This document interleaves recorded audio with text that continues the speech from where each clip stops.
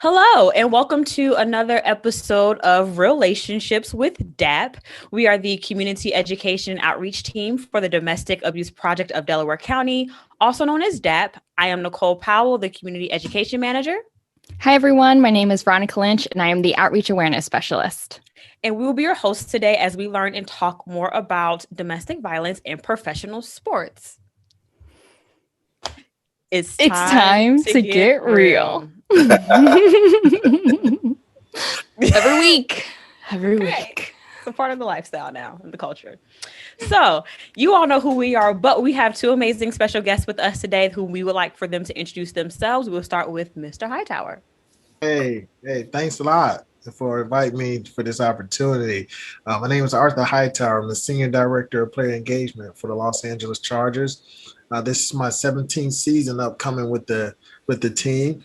Prior to that, I worked at the NCAA in professional development services for like 3 years and spent years before that being an academic counselor on campuses for student athletes at the University of Houston and University of Maine. So that's kind of like my path to where I am now.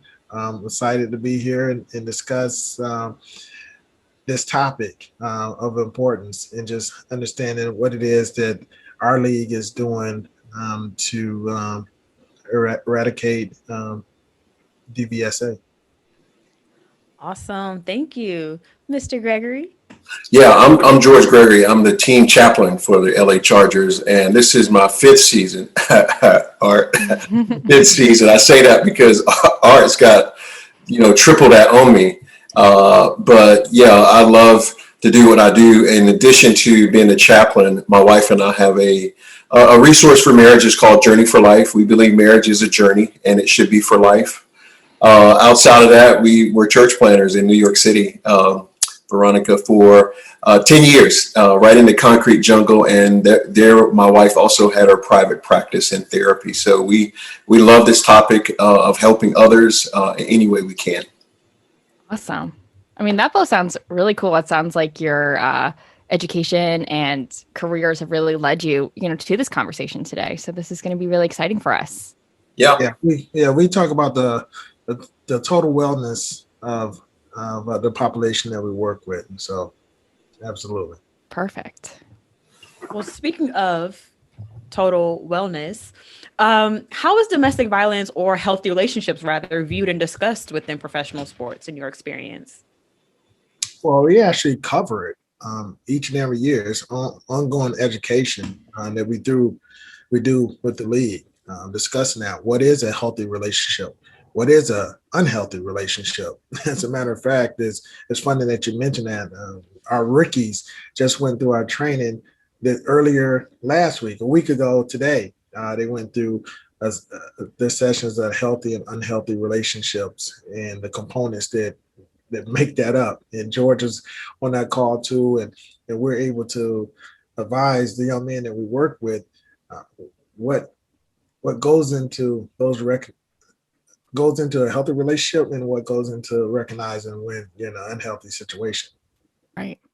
Yeah, I'd like to say that, you really have to define what it means to have a healthy relationship, right? And so we feel like defining is step one. It's kind of like being proactive versus being reactive, right? Mm-hmm. And so I credit Art for, his rookie program, not just for the rookie mini camp, but all throughout the season, we're talking about how to walk with people, how to be in relationship with people, how to respect people. And of course, what we do as a chaplain couple, and it's not just me, it's my wife as well. She does wives and girlfriends of both players and coaches, and I do the coaches and players. But we constantly talk about healthy relationships. And a few times a year, we actually do seminars or workshops, or we get our players together to talk about their relationship that they're in. And not just sort of relationships in general, but their relationship with their girlfriends or their spouse. Wow. So I guess, you guys mentioned this a couple of times, you define a healthy relationship. So what is that definition for you? And how do your players, react to that? Is that something that they also had the same definition, or is this like new information for them? I wouldn't say necessarily new information, but just getting them to recognize like what it is.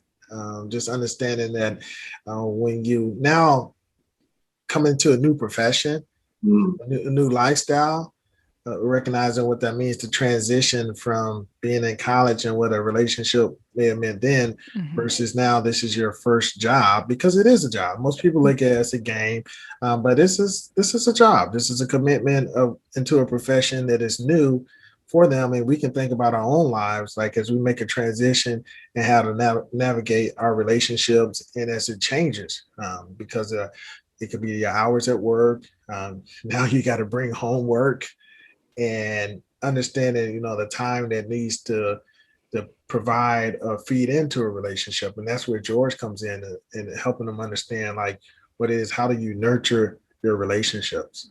Well, yeah, it's defining that is, we like to talk about relationships that bring you life, right? Because you can get into trouble with relationships that drain you. Right. And that's just not domestic. That could be, well, domestic defined in its general terms, be between a player and his partner, but it could be player and his mother and father. It could be player with his friends. And so we say people who bring you life, people who you trust, people who have you in 100% of their best interest. Right. And the other piece is, these are young guys that we mentor on a daily basis, called rookies, but they're also the vets, right? That span numbers of years throughout the league. And yet we tell these guys is that you only are here for a moment, right? You get 2.5 on average. Most of them will finish their career here and still have a lifelong happy life, right, to be a part of. And so your relationships within, not just NFL, but for your long-term life and sustainability, they're very, very, very important.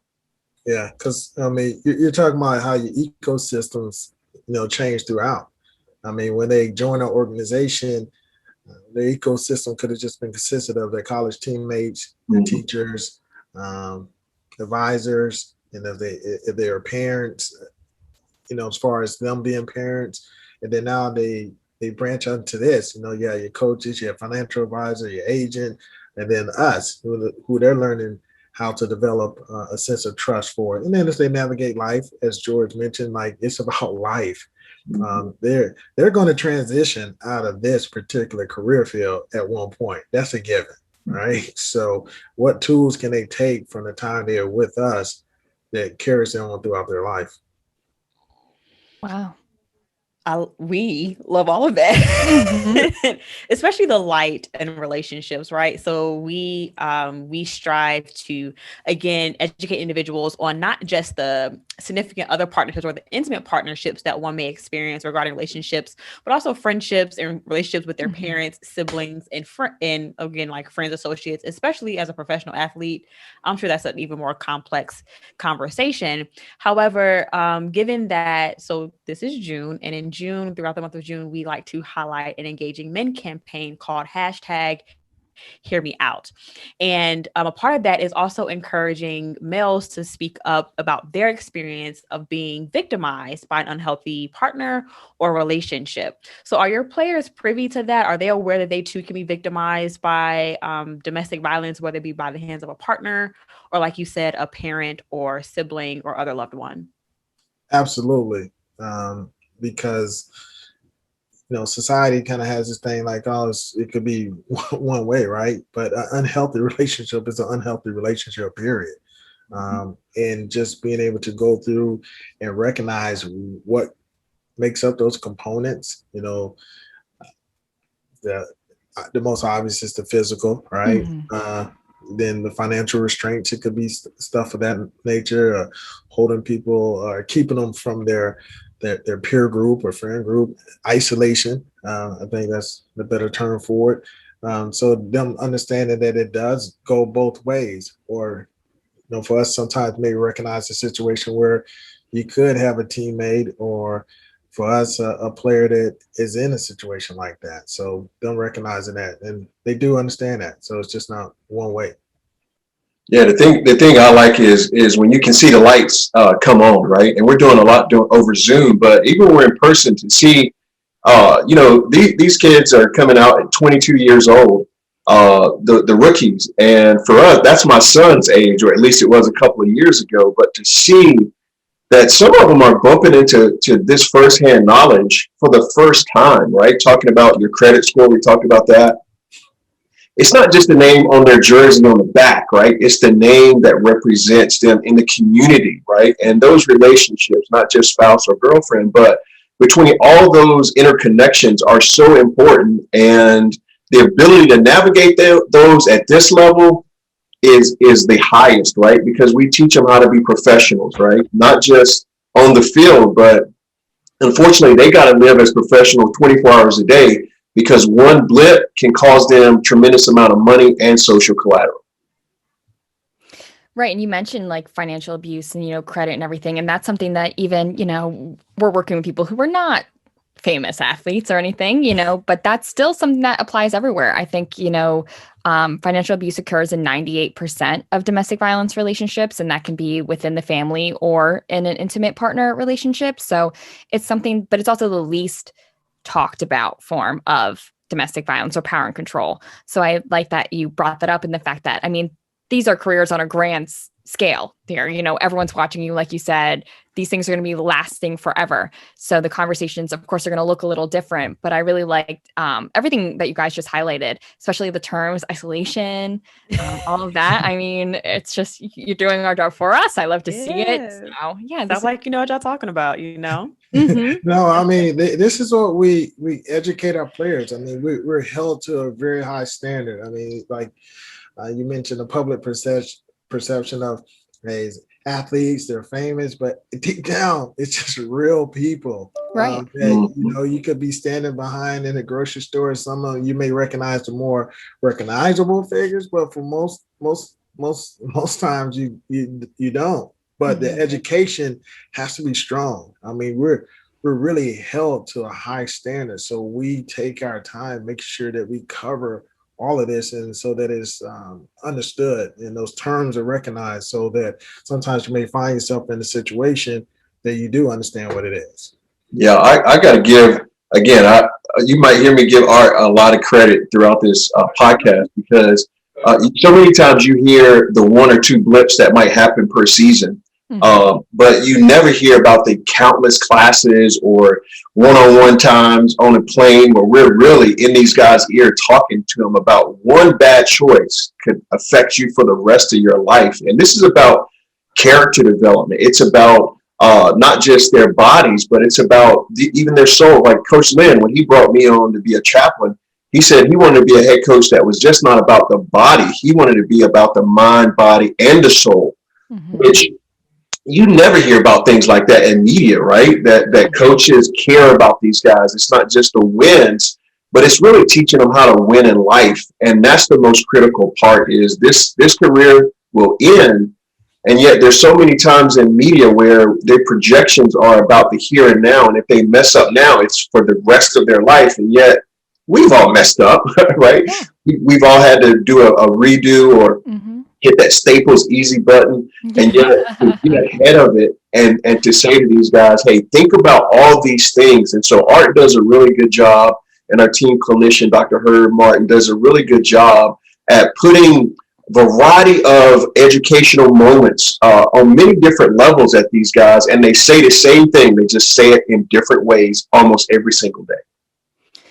And can I ask, how did these classes begin? Is this a newer implementation, or is this something that has always been there? Because like you said, this is not something that's talked about. I didn't know that these classes even existed until we all met for the first time to discuss having the podcast. So I think I think it's very interesting. So how did that even get put into process? It's a league initiative. Each team has a head of player engagement in their role with their respective clubs. And we have some mandatory initiatives that we cover as far as financial education, total wellness, DBSA, and other factors that may come in that we think is pertinent for the learning of our players. So it's a league initiative, but it's put on by the teams. And, we develop how we want to do it. George mentioned Dr. Martin, Herb Martin. He's our team clinician, and we kind of see ourselves as a triad, right? Like a triton, how we go about making sure that we pour into the lives of our guys. Because George mentioned something that is very, very, very key. It's like a thought process that we have. Like he said, the mind, the body, the soul. Like we do a lot of maintenance right now, right? But I think our real fruits don't come until when they're out of the league, right? That's when we know where the real work has been able to show what we've done, like the planting and the tilling of the ground, what we're doing now, right? So that's when it bears real fruit, when they're out of this profession and they're moving on with their families and they're transitioning, that they got what they needed out of this out of being around us. So. Yeah, so it highlights exactly what we do as a team with prevention education, right? We want to prevent these things from happening, but unfortunately, sometimes they happen, hence why we're here together. And so what are the intervention processes or protocols or things that you all do to have these conversations to support your players who may experience these unhealthy relationships on either side of it? So like, how do you all intervene with the player, the team as a collective? Because I'm sure what impacts one player impacts the team. So, one band, one sound. So like, how do you all support the team, the player, and also the rest of the team's associates impacted by an unhealthy relationship, whether it be a partner or a family member or a loved one? Well, it's our evaluation and counseling services that you can voluntarily put yourself in if you find yourself in a situation like that, or if you break the personal conduct policy, you're going to be put in anyway, right? So, but most of it, like you said, as far as preventative, that's what we look to do. We try to make sure that they find themselves and understand that the resources that they have available to be able to sit down through the counseling services, like through our EAP program. I mean, we have EAP as well. Your 4 visits for every issue that you may have as it relates to it for every family member. So that extends the visits out, allowing them to understand that is available for them. It's just a wealth of resources, right? That's where we put ourselves in a position to do. And it really comes to when we're talking about resources, just educating, because like we're equipping this like utility belt. Like, we view them as superheroes, right? But, we give them a different type of utility belt. We can't help them run, jump, or do anything like that, right? But what we can do is put on our life utility belt. Like when I'm running into this issue, oh man, that's something George said. Or if I can't remember, let me give him a call or something like this. Or I find myself in this unpredictable service. I mean, unpredictable situation. Let me give Dr. Martin a call, Arthur a call. So that's what we're doing. We're just building a utility belt of those life skills. Yeah, so I would summarize all that and say, right, it's the proactiveness as opposed to reactive. Like our guys from our team, they know they can come to anyone, but they definitely know they could come to myself, Arthur, and Dr. Herb, right? And that trifecta, right? It really helps because so Art can come in from the organizational, from a top-down approach. Me, I'm sort of a chap, so I come in from the bottom up, right? And I don't hardly talk to the guys about football unless they want to talk about it. My biggest question is, hey, how's your wife? How's your kids? Right? It's from that relationship angle, and you'd be surprised that some people will talk to Art, but they won't talk to me. Or some people will talk to me and they won't talk to Dr. Herb. But yet everybody has a good mixture of people that they could go to. And that's what we feel like, right? People don't care how much you know until they know how much you care.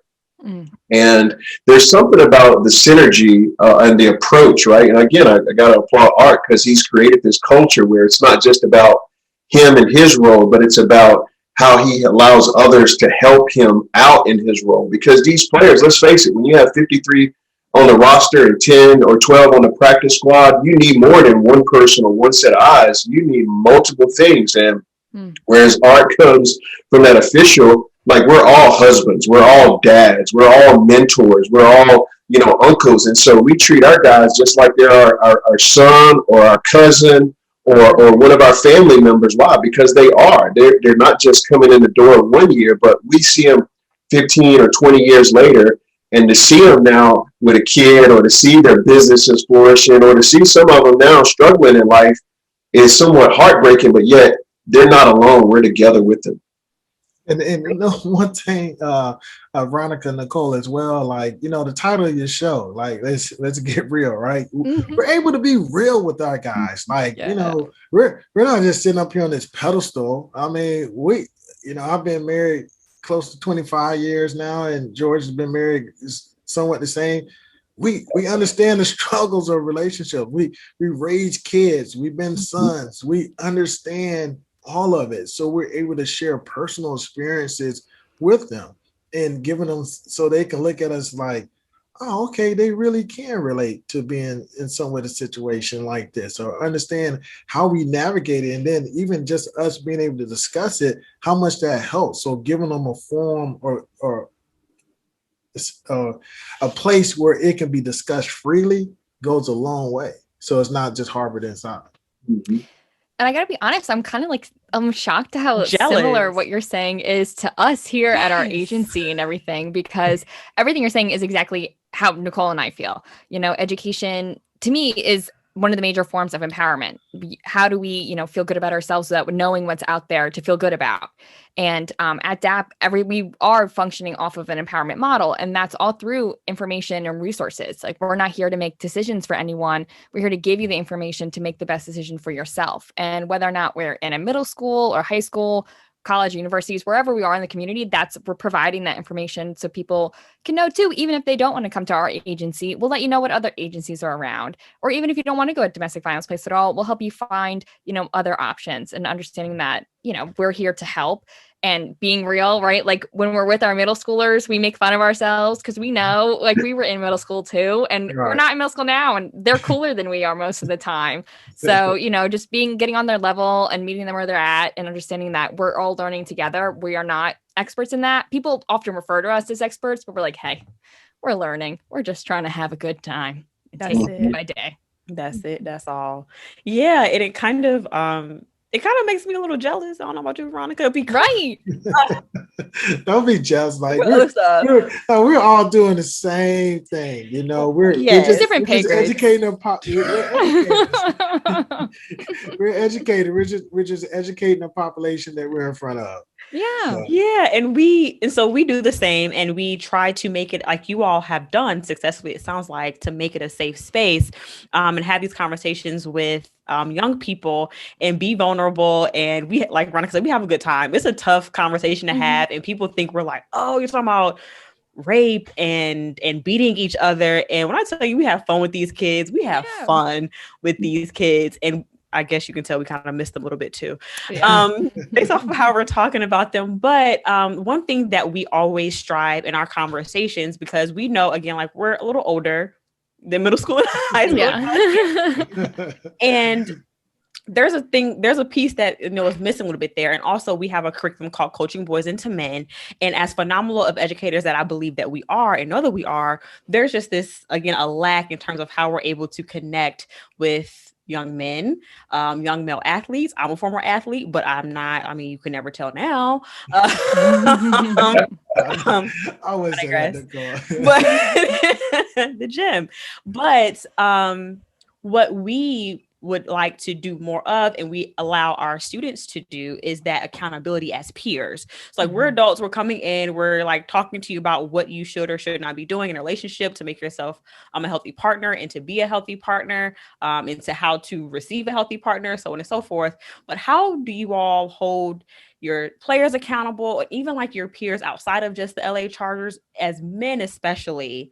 How are you able to attain accountability, and what does that look and feel like for you guys?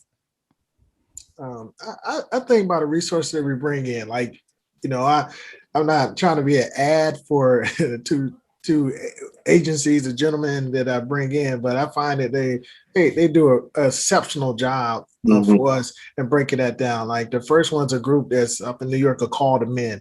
They break down those stereotypes. You know, men don't cry and all that kind of stuff to say, you know what, hey, it allows, you know, young men to understand like their feelings. Like, you know, just like we're taught not to feel certain things, but you know, I need to be able to say, like, I'm sad or I'm not feeling as confident today, and not necessarily be ridiculed for it, you know, be in a safe space and understanding those feelings, right? You know, we heard terms like the feeling wheel and all that kind of stuff. Yes. You know how that goes, right? And then the second individual, I have a gentleman bring in by the name of Alonzo Jones. He works at Arizona State University. He does a phenomenal job talking to our guys, breaking it down in their language and understanding it. So like utilizing that and just understanding, because like there's another generation of men to be raised, right? George and I are fortunate enough to be fathers and sons to be able to talk about what that is, or understand it, be able to have those talks. You know, I can think about George and I, we talk all the time, right? So the talks that we are able to have with our sons that we didn't necessarily maybe have with our fathers, right? So, and that's because of, you know, the education that we're getting now to understand and relate in that way. Yeah, to me, again, it's not the consequence of, oh, you did bad, now we have to sort of hold you accountable, right? It's the along the way conversations, right? And for me, really, again, as a pastor, right, to be invited to an NFL team, and I'm giddy every day. Why? It's because I try to teach principles, right? So I don't go around with the Bible every day, but most of everything I talk about is based off of something that I've learned from Scripture. But to be able to not be called sort of like the Bible thumper on the team and be relevant, because it's practical, everyday common sense. And these guys are pros, but yet they're young men, right? They mess up, they get upset, they want to know, how do you not get angry? How do you walk away? And I mean, you know, my favorite out of all those is Miss Mac, right? Like, yeah, right. Miss Mac, she's like a 66, 70-year-old lady, and she talks to these men about relationships and sex like nobody's business. And you can see the lights coming on, because again, maybe they haven't had these conversations, or maybe they haven't had the graphic images of here's what it looks like if you go behind door number one, right? But again, it's to present these guys with truth, with reality on a daily basis, not just when they mess up. I read a graphic one time that it says that you don't train a child in the electric chair, you start the training in a high chair. And so it's about the proactivity, not the reactivity. Definitely. Like, just as much as we talk about, and we touched on this earlier, just as much as we talk about domestic violence, we try to lead with great examples of what is healthy and what are positives, because I think a narrative that goes along with our jobs is that it's all horrible things all the time, right? We can talk about statistics, and we could talk about, the probability of homicide, in relationships like this, but what are we doing to show what people should be looking for positive examples of a relationship? And that's with our family, our friends, our coworkers, all of that. And it goes back to what you were saying before, like, what are the things that like give us life and make us feel good day to day? I love that you said that too. I've never heard it, explained like that. And I thought that was a great way to put it. Well, again, one of the main things that at the Chargers, what they try to do, what we try to do is, it's not just about winning the game. They all want to win the game. That's a no-brainer. But to be able to help them to win in life, right, every single day helps to win those games, right? We teach that games aren't won because of you show up on game day. No, games are won basically off how you practice, right? It's the boring, dumb things of your regular routine that keeps you in that game, even when you want to give up when you're on the field. So, yeah, I think that's really create the life that we want to create starts every single day. As you can tell by the way George expresses things, like, this gives us life, right? Yeah.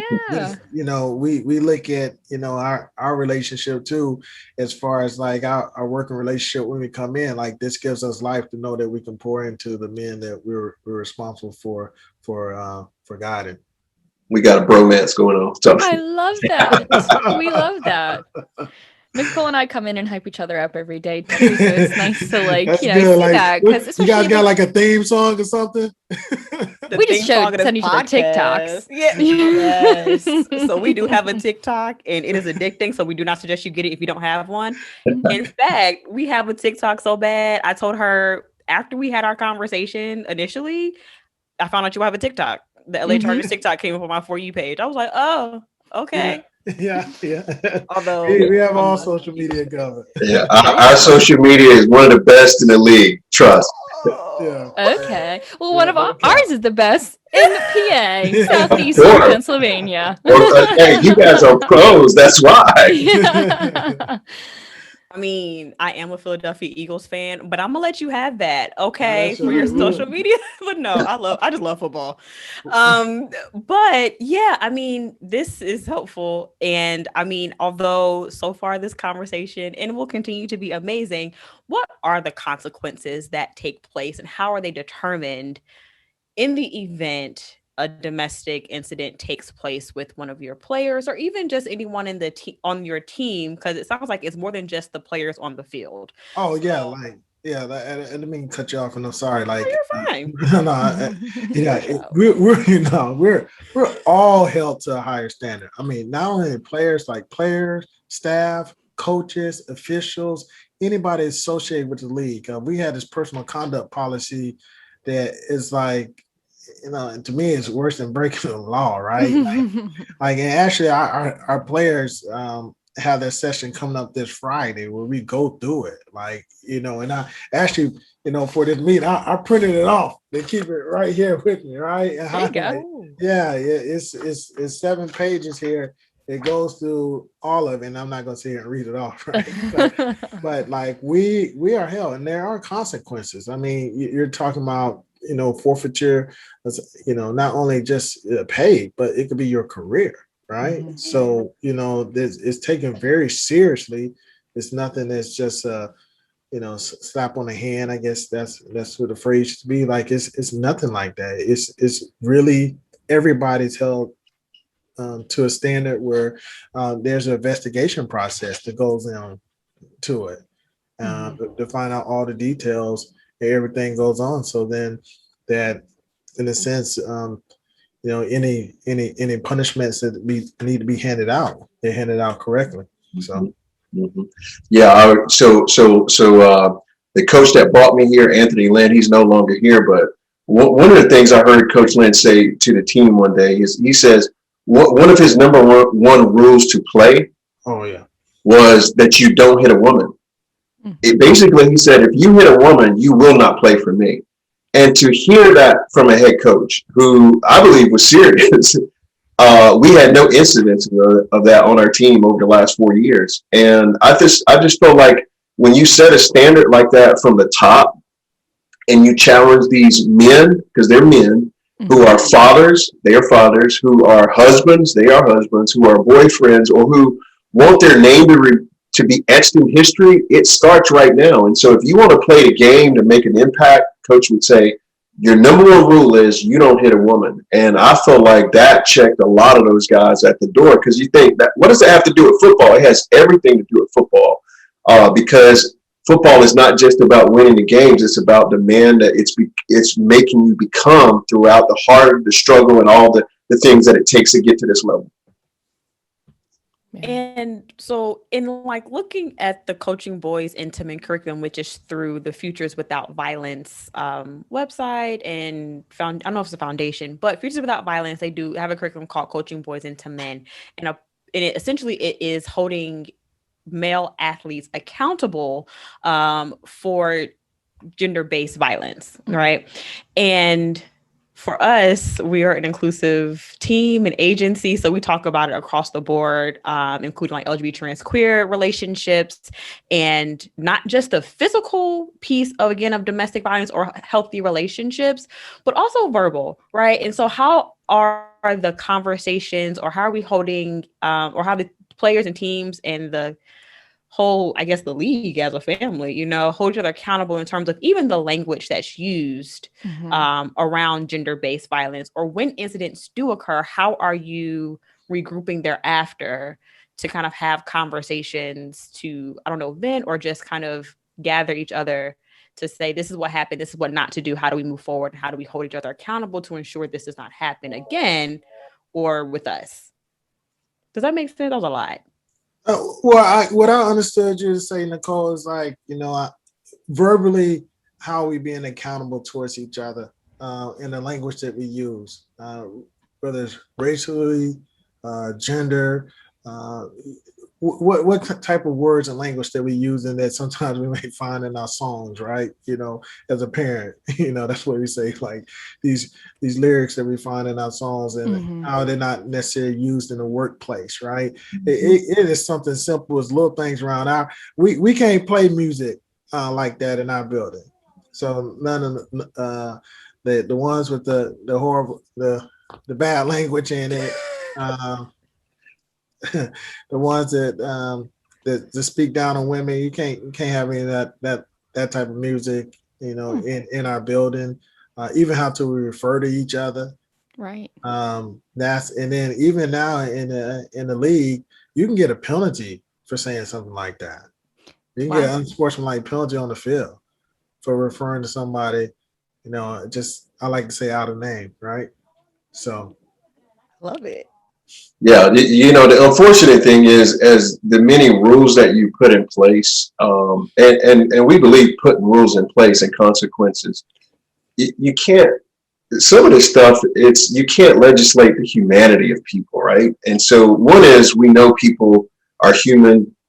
My divinity professor used to say this all the time: we're all crooked sticks trying to make straight lines, right? And so for us, it's the consistency of the message, but it's also the consistency of the brotherhood, right? To know that if you do get off course, we got a realignment strategy for you, right? And that's not walking by yourself. That's not, sort of going out in media and trying to do it. No, the league provides you resources where you can. If you look at people who've totally messed up in the NFL, there's a way that if they choose to get back out there and do it the right way, there's so many avenues back on the highway. That's what I'm trying to say to you. I once heard a quote that says, bad fruit is only good fruit that wasn't picked in time. And so many times we like to talk about the bad fruit, but it's the proactivity of the good fruit, how you nurture that in conversations and in esteeming each other, and how you respect and respond to one another. That's a team culture that has to be built. So it's the Chargers team. Everybody's made up of positions, teams, and individual families, and down to each player. But yet it goes right back up to say, you're not on a team by yourself. Everyone benefits from what you bring, but we also can lose by what you bring as well. Wow. I love that. Me too. Especially because when we're in groups and everything with our middle, it keeps coming back to middle schoolers because they are my favorite. But we know when we're in groups, we like to remind them that this is what we have at this time. So if someone is going through something, or you see your friend acting in a way that, we don't like, how do we sit down and have that conversation with them as a friend? Because a lot of times when we're talking with them, they like to bring up, they're like, well, if my friend's dating this person and they're treating them badly and they don't listen to me, then, why would I be friends with them? We're like, okay, so what's your goal here? And they come back with, well, I show tough love. And so we have to break that down too. They were like, well, love shouldn't be tough, right? It has to, we're loving people. So what is the difference between you telling a person what to do and expecting them to listen versus their partner doing that or their family member doing that? We have to think of what are our intentions with everything that we do, and how do we support our friends with empathy and intention, and be there for them throughout, their mistakes, and, even because we'd want them to be there for us when we make mistakes too. Absolutely. Yep. Yeah. And I think you all have definitely set the stage for what the culture is and the expectation and standards are for everyone associated with the Los Angeles Chargers, not just the players that play on the field and put on the pads and helmets, but everyone associated And also in terms of like safety planning. So again, in the unfortunate event something happens, unfortunately that has not been the case for your team. However, maybe other teams you could probably address this, but what does safety planning look like for a player, for the team, for the partner, or whomever the victim may be? Because one of the safety planning options we tend to provide is to the community is communicating, if comfortable and confident enough, with your employer to say, hey, if you see this person on the premises, implement this safety plan, whether it be to call law enforcement or to call someone else or to have someone walk you to your car, so on and so forth. So what would that look like for a player? Nicole, I don't have the exact policy right in front of me, but there is an implementation, and we do have one in place, and that involves the fourth part of this group here, our director of security, Bill Stetson. If it gets to a point of something like that, where either you may have to show up to the home to remove whatever party, and in this sense, our party being a staff employee, whoever it is, player, staff employee, whoever, out of the home and separate them to whatever comes next as far as the law and everything like that. But like as far as safety in the building, it's like, okay, if X shows up, don't allow them in the building, which our building is pretty secure anyway. You have to have a security code. We got a front desk, all that kind of stuff. So that NFL money, we know. Well, I wouldn't necessarily say it's always NFL money, but it's just how the building is set up. So it's not easily accessible like that for anyone just necessarily come in that way. Not to say that it couldn't be done. I mean, obviously we've had all kind of violent situations in our country to know that things can be done unexpectedly, right? So but other than that, we do have something in place, and that'll probably be something that our director of security, he could probably just breeze through it, right? So. Yeah, well, here's an unofficial protocol. I mean, I'm sure the same is true for Art, but I mean, we both most likely have gone to these players in the middle of the night to help them in whatever breakdown, whatever way that they need help. Again, it's not just about the do everything the right way. It's, hey, what's going on when? I tell my guys, we have a Catholic priest that does mass, but I tell them I'm not a Catholic priest. I don't need a confession, meaning, hey, Father, I've sinned, right? I need hey, something's going down and I need you right now, right? And that's just a brother who would pick up a phone call in the middle of the night to say, okay, I know you're having an argument, but walk away. Or can you go and stay with someone else? Or, hey, can I come pick you up? Or things of that nature. And so there's so many resources, right, that we can help these guys out with. And for me as a dad, I love to be able to be a part of an organization who helps these young men not just correct them, but to give them that resource and direction to say, here's the way to go, walk ye in. Yeah, I know when we have conversations, high schoolers are my favorite. Yeah. And some of the students, they're just like, well, how do you just walk away? Or where else can I let this anger go? And I'm like, let's talk about it. Do you play a sport? I mean, of course, that's easy. Sure. Do you play a sport? Their thing is, well, I'm punch a wall. And oh my word, when we had that conversation about, oh, your partner punches a wall during your argument, is that a red flag? They're like, well, who paying for the wall? God. Right, exactly. That's another issue, right? Yeah. Well, I remember one specific one of the classes that Art put on was they were actually talking about, hey, so let's do a scenario, and this is a role playing too, right? It's very crucial because you can teach theory, but until you're actually in live reality or you're role playing, you really don't know how you respond. And so the player comes home, his female has their phones, talking junk to him. What do you do? Some of our guys say, hey, man, I'm going to get that phone. She said, walk away. You don't need that phone. You can buy yourself a new phone. Or what do you do in a restaurant when some guy's drunk and he's trying to provoke you? Do you get your macho, I'm going to whoop your behind? Or do you say, you know what, I'm going to live to play another day? Because there are people that's out there that's trying to bait these guys into those reactions, right, that are negative, as opposed to, guys like Art, myself, and Dr. Martin. We really try to teach these guys, hey, think about everything that you do, because one bad choice could haunt you for the rest of your life. Right. And those skills definitely take practice too. Yeah. You know, and having, giving ourselves some grace when we might slip up a little bit, in our day-to-day life as well. But it definitely, walking away is not easy for a lot of people. So it's definitely a skill that we make fun of some of the things that kids say because they also don't always know what they're saying. And we're like, okay, I see where you're going with this. We just skipped a couple of steps, but it's great to see that these things are still talked about with adults too, because I think a lot of time people feel set in their ways. Once they've reached a certain age, they feel as if well, if it's worked for me this long, then I guess this is how it should be.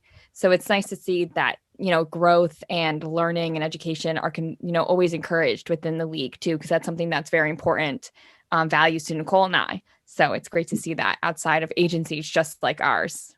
Yeah, I think the more we can role play, it kind of sends up that alert when you're in that situation that, not that you want to feel familiar, but it's like, I've been through this before. Okay, now let me put this tool in place to be able to handle this maybe differently than maybe I would have before, or just know what to equip yourself to be able to deal with that situation. Yeah, and Arthur say this. He'll attest to this too. He'll affirm this that some players, we got to spend more time with them, right? Like it's not just walk into the office and say, "Hey, how you doing?" and they say, "I'm fine." No, we're gonna walk you to your locker today. We're gonna make sure we call you after practice because if you had a bad practice, sometimes you can have a bad night. But that's about really again the people surrounding you. Mm-hmm. And we teach them this. We taught them this week is that the people surrounding you are very important. And if you don't have people that are there to protect you, you could have people out there to get you. And they've got to know the difference between the two. That's dope and hard at the same time. Because we work with kids ages 11 through 18 and older. And granted, their psyche at that time is extremely short-sighted, right? And we go through one of an exercise called deal breakers, and they make 3 decisions either to no big deal, stay and talk, or deal breaker. And we go through these scenarios, and like you said, a light might go off, and I'm like, yo, I've been in this. I've been in a situation where my partner is blowing my phone up. And I'm just like, well, their response is an emergency. Maybe they're trying to, you stop it, and it's not an emergency. And they're legitimately just trying to control what you're doing, who you're with, and some, right? And so if you all ever want some help in terms of doing role plays and scenarios around domestic violence, just give us a call. You have our email, okay? Yes. We love also, I like to hear that. We love to support.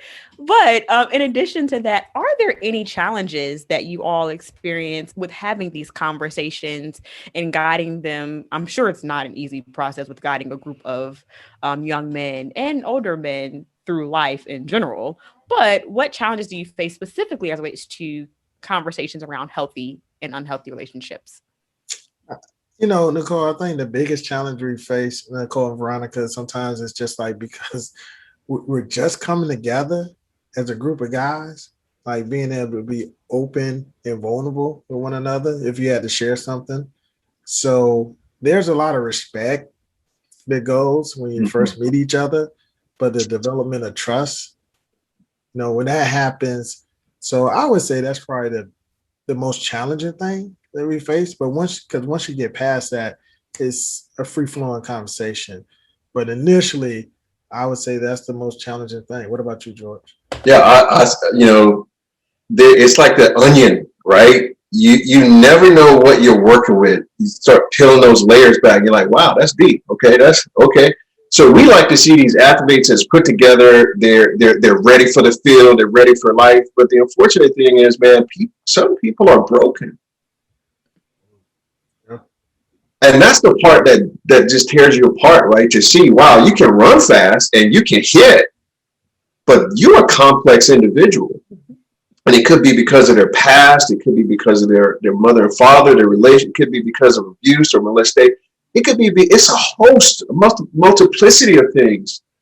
And yet, that's the beauty of just being able to sit and to sometimes not have an answer. And sometimes, too, as men cry, and say, you know what, we don't know what the heck the answer is, but as long as we're trying to figure this out together. I love when people come to me in chapel or Bible study and they say, so what does God say about this? And I say, I don't know.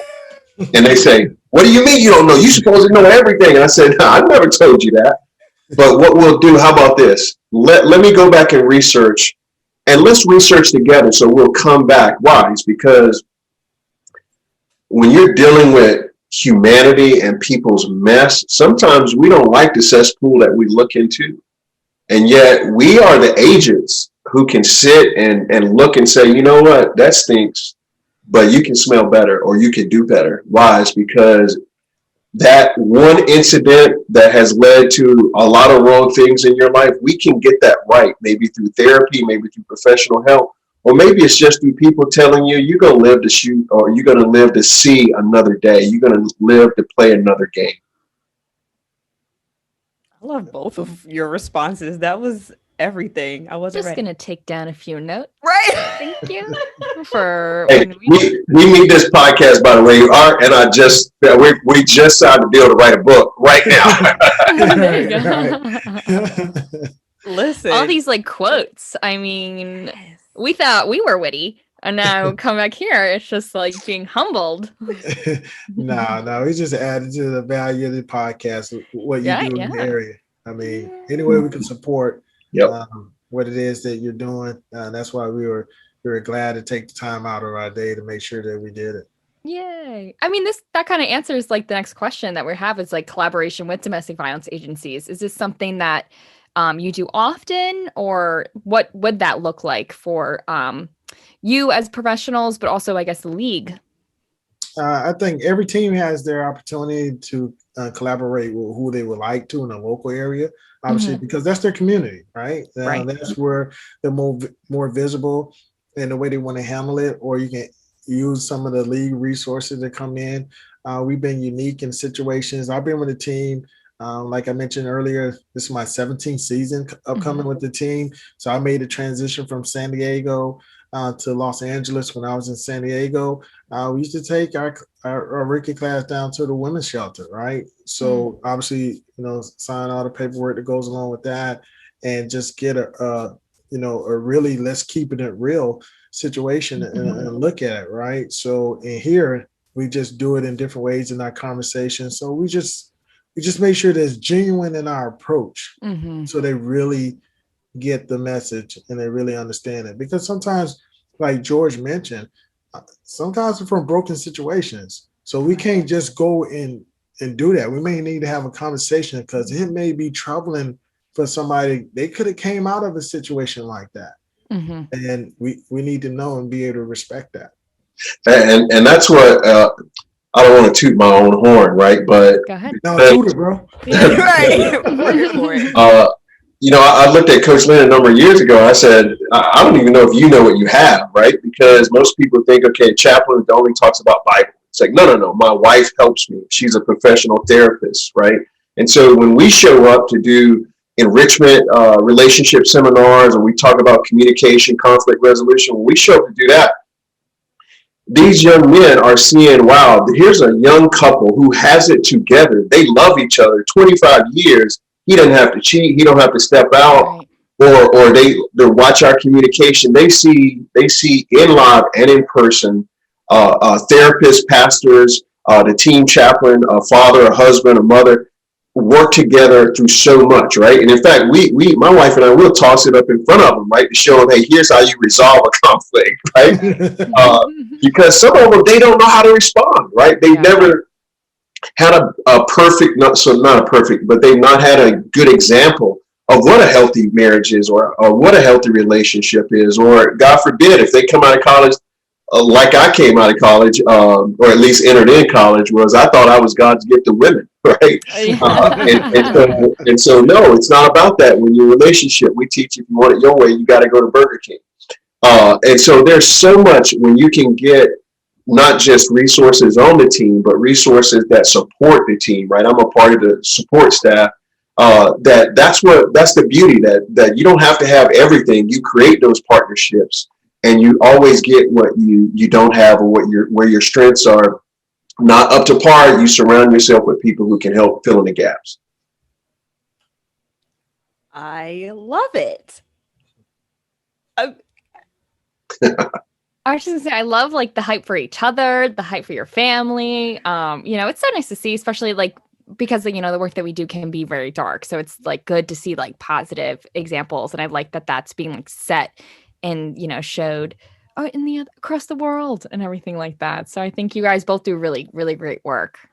Well, thank you. We appreciate it. Yeah, Absolutely. Yes. So, of course, I don't think we can thank you all enough for joining us on this episode of Relationships. And also, Arthur, you're going to join us as we close out during our tagline, since you have mentioned it so perfectly and eloquently. Oh, let me make sure. So, is it be real or let's get real? What is it? We'll let you know when we get there in a few seconds. But is there anything you want to leave with our listeners before we close out? Just make sure that you can educate yourselves on this topic. Take time to educate and also equip yourself with those life lessons and life skills to be able to deal with situations. You never know where they may come up, not necessarily for you, but for a close friend or family member. So what he just said was to invite us to come speak to your community group or school to educate yourselves, and we will get to that shortly. That's. I think that's what he said. For me, listen, wherever we travel, we always talk about don't die in a sea of lifeguards. There's so much help out here. There's so much. Most people drown because they simply don't call out or they don't raise their hand. They don't want to draw attention to themselves. But there's so many resources out there that I just beg of your listeners that if you are out there and you know that anger is a big part of how you respond, or you ball your fists up a lot, you got to get the help you need. Just simply figure out where to go. And this is a great show, podcast. A number of resources have been mentioned, but there's so much help out here. We just got to humble ourselves to say, hey, we need help. Well said. Absolutely. And to kind of like segue off that, we do have a 24/7 hotline. That number is 610-565-4590.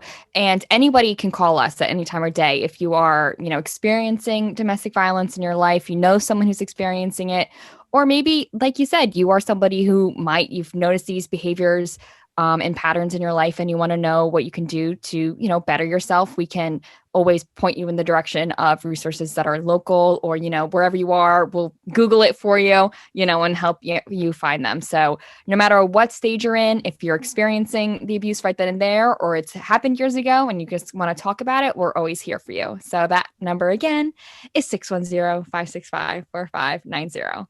And you can also find us on all social media at DAP Delco, and find all these other resources. We've been doing Facebook Lives for like a year now. We've done this podcast a few months. So we've covered so many topics about everything relationship wise.